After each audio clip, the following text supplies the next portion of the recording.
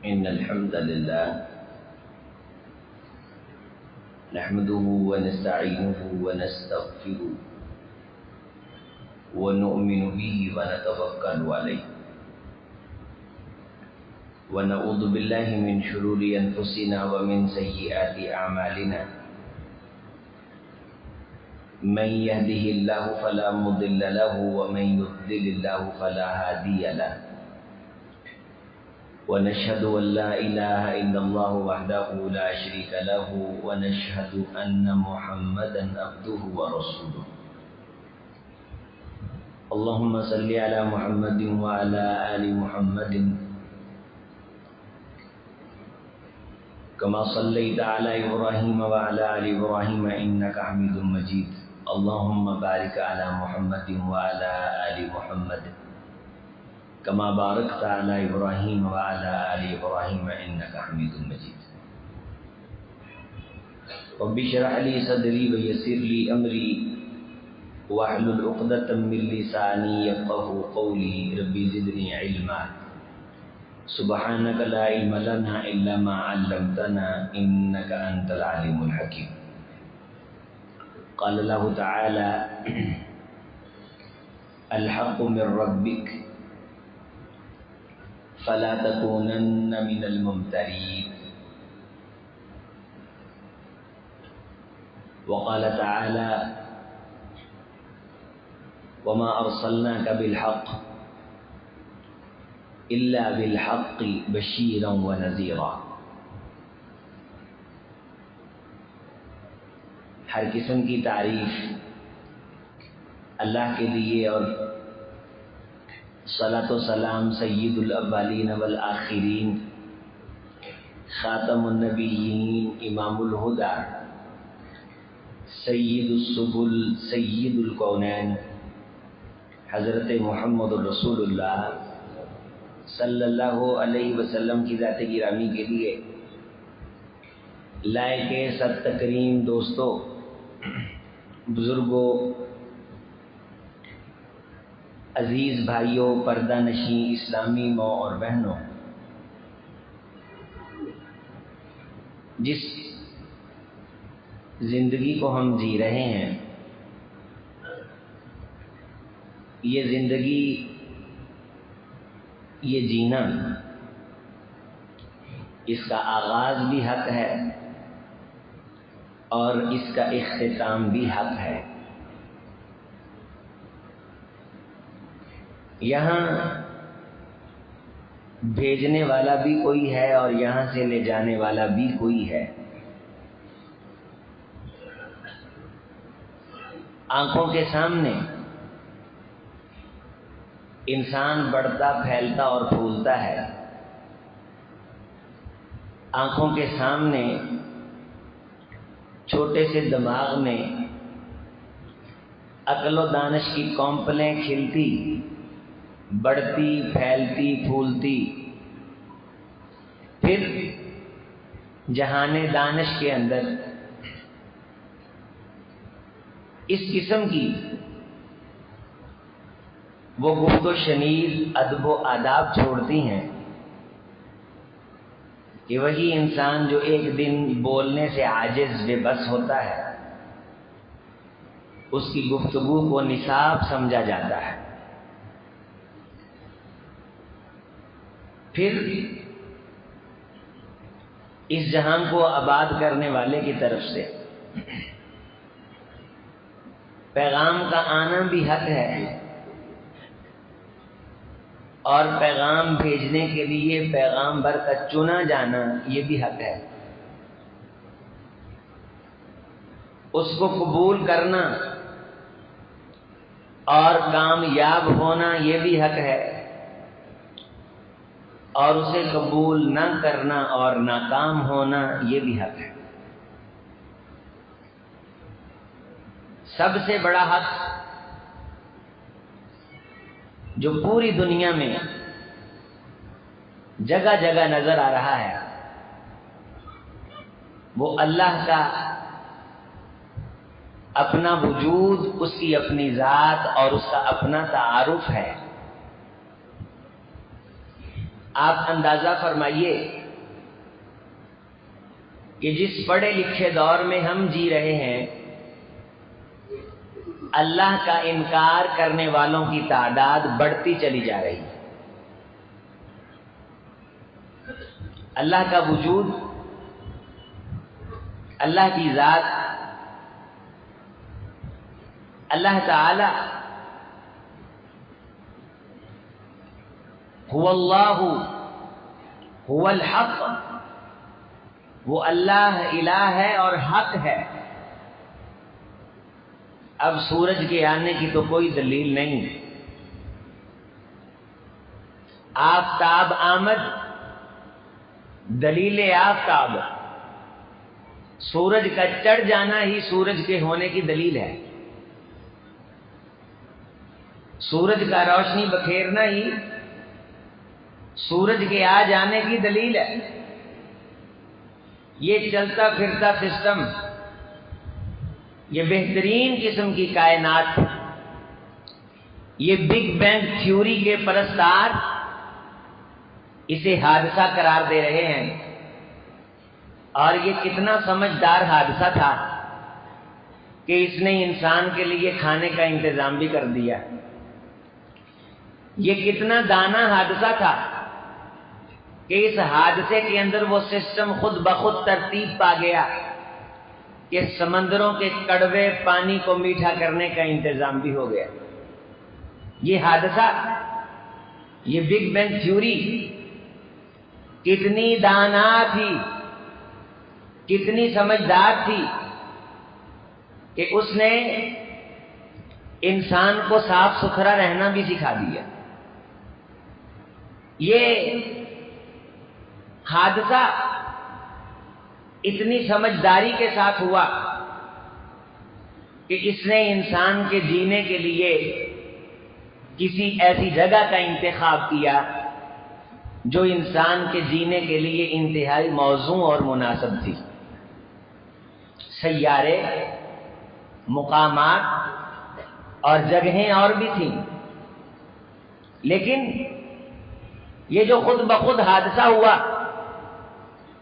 ایک دھماکہ ہوا اور ملحدین کی نظر میں دنیا خود بخود وجود میں آ گئی۔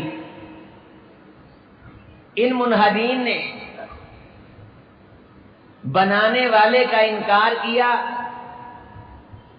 اور اپنے وجود کا اقرار کیا۔ وفی انفسکم افلا تبصرون، ہاتھوں میں پکڑے ہوئے کیمرے کے خالق کو تو مانا، جو زیادہ سے زیادہ 25 میگا پکسل کی تصویر بناتا ہے، اور اس سے اوپر کے خواب دیکھنے کے لیے آنے والی صدیوں میں 35-40 میگا پکسل تک جانے کی باتیں کی جا رہی ہیں۔ اتنی بڑی ریسرچیں اور اتنا بڑا سرمایہ لگ کے یہاں تک سائنس پہنچی ہے، لیکن یہ بگ بینگ تھیوری کا حادثہ خود بخود اتنا دانا تھا کہ اس نے موجودہ تحقیقوں سے سینکڑا گنا زیادہ میگا پکسل کا حامل کیمرہ انسان کو تھما دیا۔ عقل، شعور، دانش، یہ سب کچھ خود بخود بن گیا۔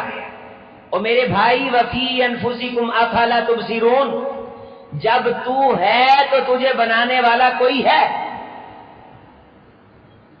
جب تو ہے تو تیرا کوئی خالق ہے، جب تو ہے، یا ایھا الناس اعبدوا ربکم الذی خلقکم، لوگوں، رب نے تم سے عبادت کا تقاضا ایسے ہی نہیں کر دیا، اس نے عبادت کا تقاضا اس لیے کیا ہے کہ اس نے تمہیں تخلیق فرمایا۔ اعبدوا ربکم الذی خلقکم، اور سنو، اکیلا تم کو نہیں بلکہ تمہارے پہلوں کو بھی اس نے پیدا کیا۔ منہا خلقناکم وفیہا نعیدکم، ہم تمہیں پھر دوبارہ لے جانے کے بعد اسی طرح اٹھائیں گے اور کھڑا کریں گے۔ ہمارے لیے کوئی مسئلہ نہیں. جب تم ہو تو تمہارا خالق بھی کوئی ہے اور اس خالق کا کوئی تقاضا بھی ہے اور اس تقاضے کو ماننا تم پہ لازمی اور ضروری بھی ہے. آج عجب معاملہ ہے. انسان کو اپنی اس چھوٹی سی زندگی کے تو سبھی تقاضے یاد ہیں. باپ ہونے کے تقاضے تو یاد ہیں, خامد ہونے کے تقاضے تو یاد ہیں, بھائی ہونے کے تقاضے تو یاد ہیں, پراپرٹی کا مالک ہونے کے حق حقوق اور تقاضے سارے یاد ہیں. لیکن اے انسان, سب سے بڑا حق اللہ کی ذات ہے, اللہ کا وجود ہے, اللہ کا خالق ہونا ہے. کیا اس کے تیرے ذمہ کوئی تقاضے نہیں؟ کیا اس کے تیرے ذمہ کوئی حق حقوق نہیں؟ سب سے پہلا حق انسانوں پہ رسول مکرم علیہ الصلوۃ والسلام نے جو قرار دیا, فرمایا ساتھ, فرمایا معاذ, رب کا بندوں کے ذمے سب سے بڑا حق یہ ہے کہ بندے مر جائیں لیکن خدا کے ساتھ کسی کو شریک نہ ٹھہرائیں.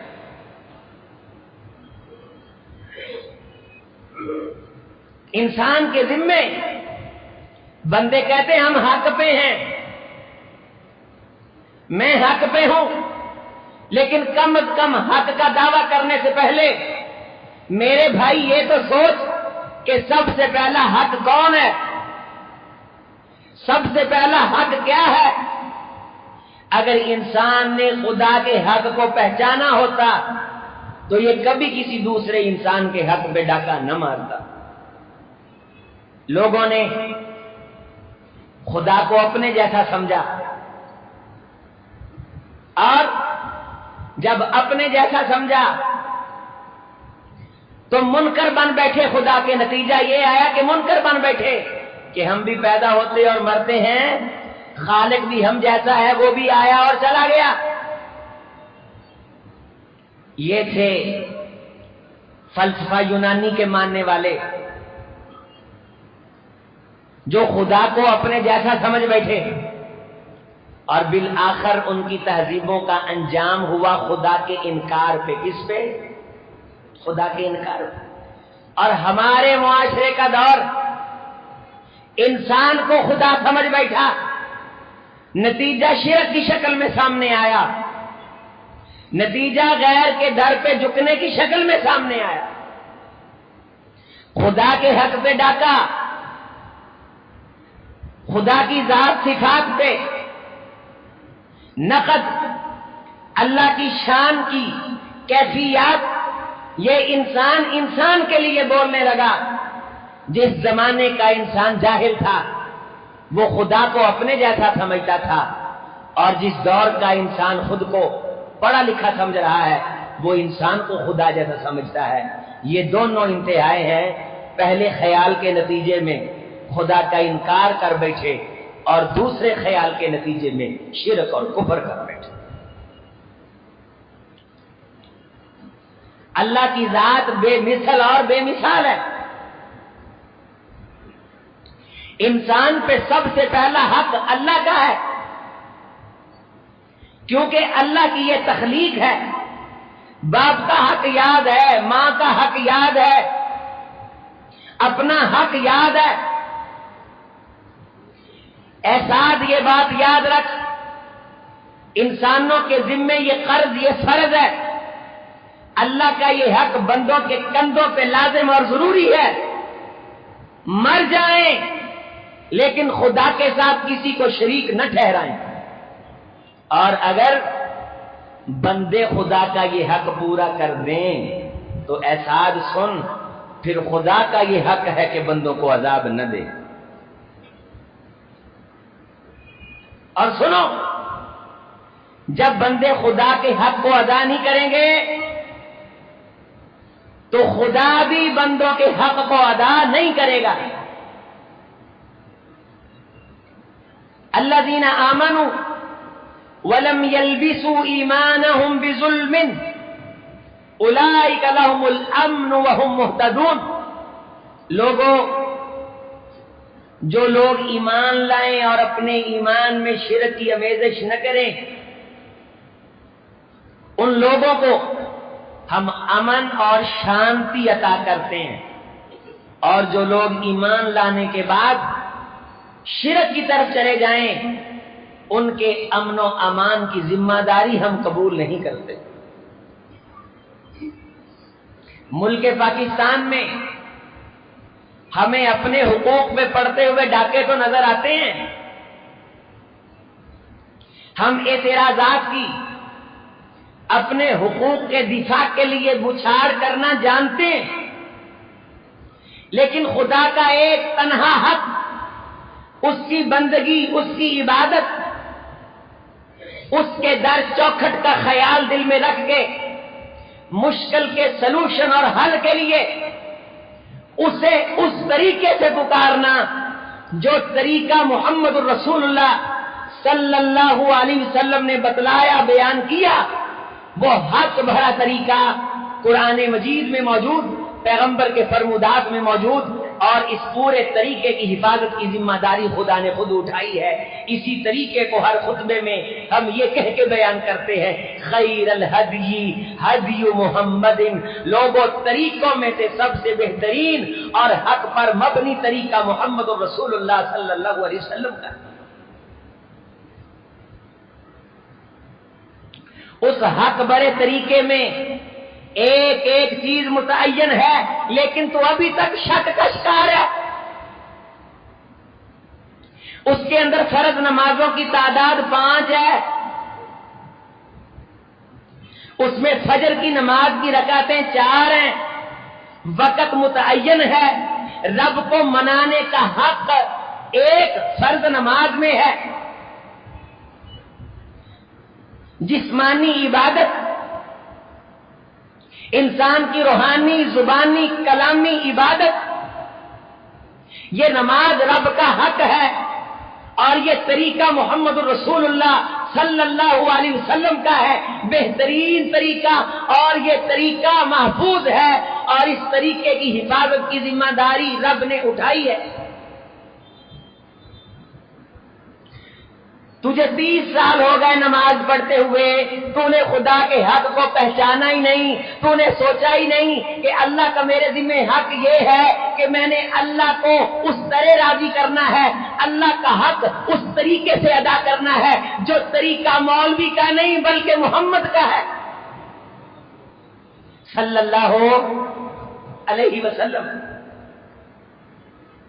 تو نے باپ کو نماز پڑھتے دیکھا، تو نے پڑھنا شروع کر دی، تو نے دادے کو نماز پڑھتے دیکھا، تو نے پڑھنا شروع کر دی، تو نے امی کو نماز پڑھتے دیکھا، تو نے پڑھنا شروع کر دی، تو نانی دادی کی نماز پڑھ رہا ہے، لیکن رب تجھ سے محمد کی نماز مانگتا ہے صلی اللہ علیہ وسلم۔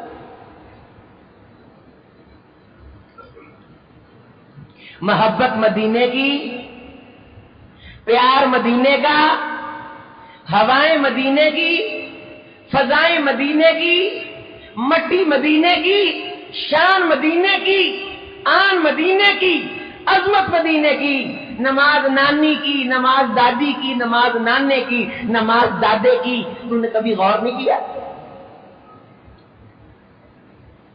لوگوں سنو، ساری کائنات کسی ایک طریقے پہ اتفاق کر لے کہ ہم نے رب کو اس طرح منانا ہے، لیکن رب کو منانے کا وہ طریقہ محمد الرسول اللہ صلی اللہ علیہ وسلم کی درگاہ سے اپروو شدہ نہ ہو، اللہ کی بارگاہ میں وہ طریقہ قابل قبول نہیں۔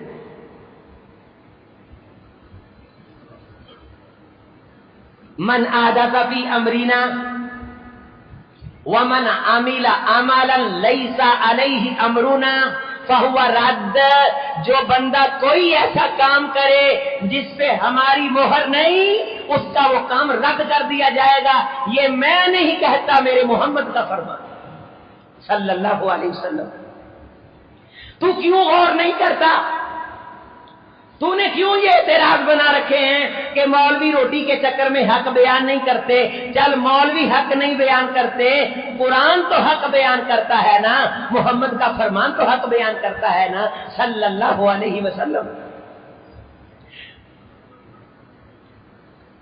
رسول اللہ صلی اللہ علیہ وسلم کی داڑھی مبارک میں بالوں کی سفید بالوں کی تعداد کتنی تھی؟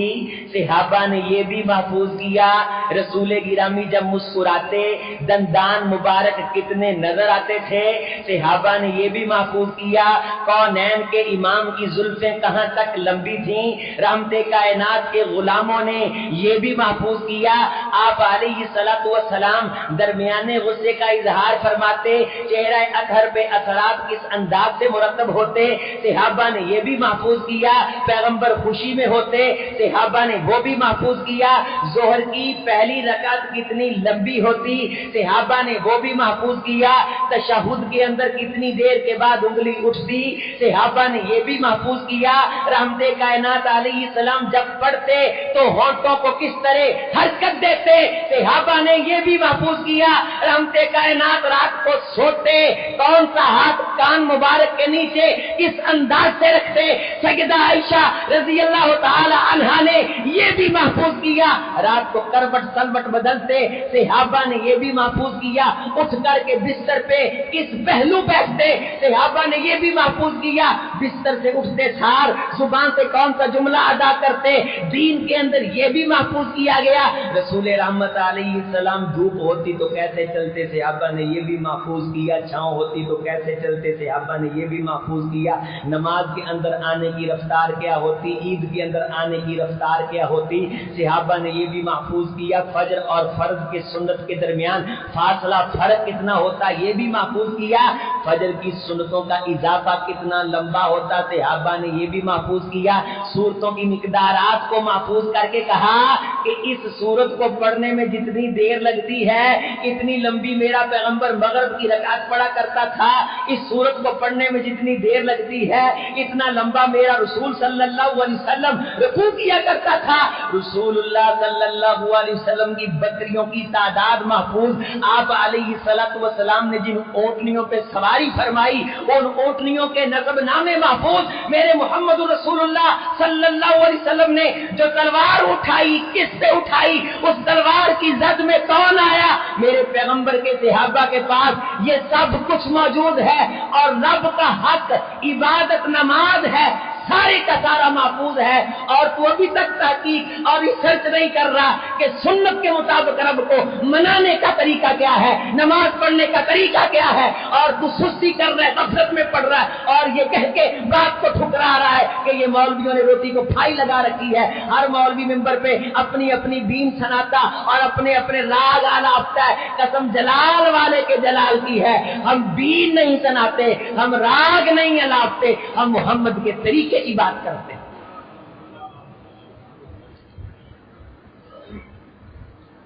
عملی مشق کروایا کرتے تھے، پریکٹیکل کروایا کرتے تھے۔ امام ابو حنیفہ رحمۃ اللہ علیہ کی ہم عظمت کے معترف ہیں، ہم عظمت کے اقراری ہیں۔ وہ فرما گئے ہیں لوگوں، بہت ساری احادیث مجھ کو نہیں پہنچی، اگر میں نے کوئی بات کہی ہو اور محمد رسول اللہ صلی اللہ علیہ وسلم کی کوئی حدیث تم تک پہنچ جائے جو میری بات کے خلاف آ رہی ہو تو تم نے طریقہ محمد کا منتخب کرنا ہے، ابو حنیفہ کی بات کو چھوڑ دینا ہے۔ الحق من ربک فلا تکونن من الممترین، حق تیرے رب کی طرف سے ہے، تو ہرگز ان میں سے نہ ہو جا جو حق پہ شک کرتے ہیں۔ نماز پہ ابھی تک تجھے عرفان حاصل نہیں ہوا، تو غور کر کہ تیرا محبوب رب کو کیسے مناتا تھا۔ حضور علیہ الصلوۃ والسلام وضو کیسے فرماتے تھے، مسح کیسے کرتے تھے، داڑھی کا خلال کیسے کرتے تھے۔ حضرت عثمان ذی النورین رضی اللہ تعالی عنہ نے پورا وضو کر کے دکھایا، فرمایا اسی طرح میں نے کونین کے امام کو وضو کرتے ہوئے دیکھا، اور انہوں نے فرمایا ہاکذا امرانی ربی، مجھے رب نے اسی طرح حکم دیا۔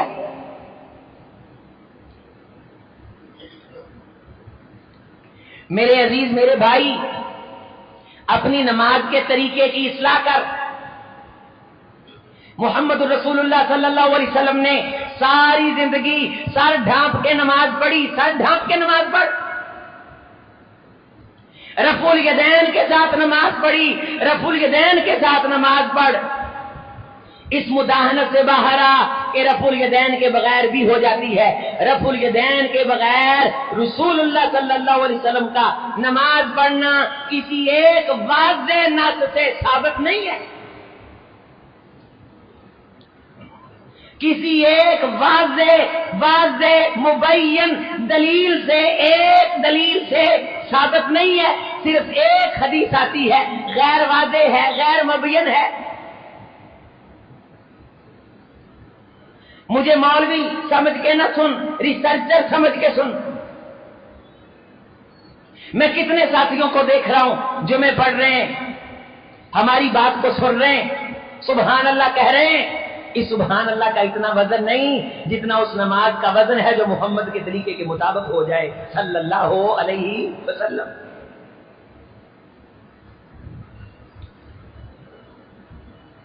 رسول اللہ صلی اللہ علیہ وسلم نے ہاتھ کہاں تک اٹھائے؟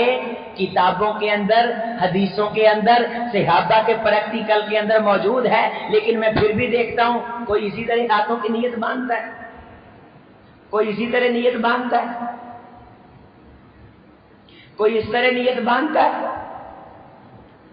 10 صحابہ اکرام سبحان اللہ واضح کرتے کہ رسول گرامی علیہ السلام کی انگلیاں جب آپ نماز کا آغاز کرتے نہ کھلی ہوتی نہ جڑی ہوتی۔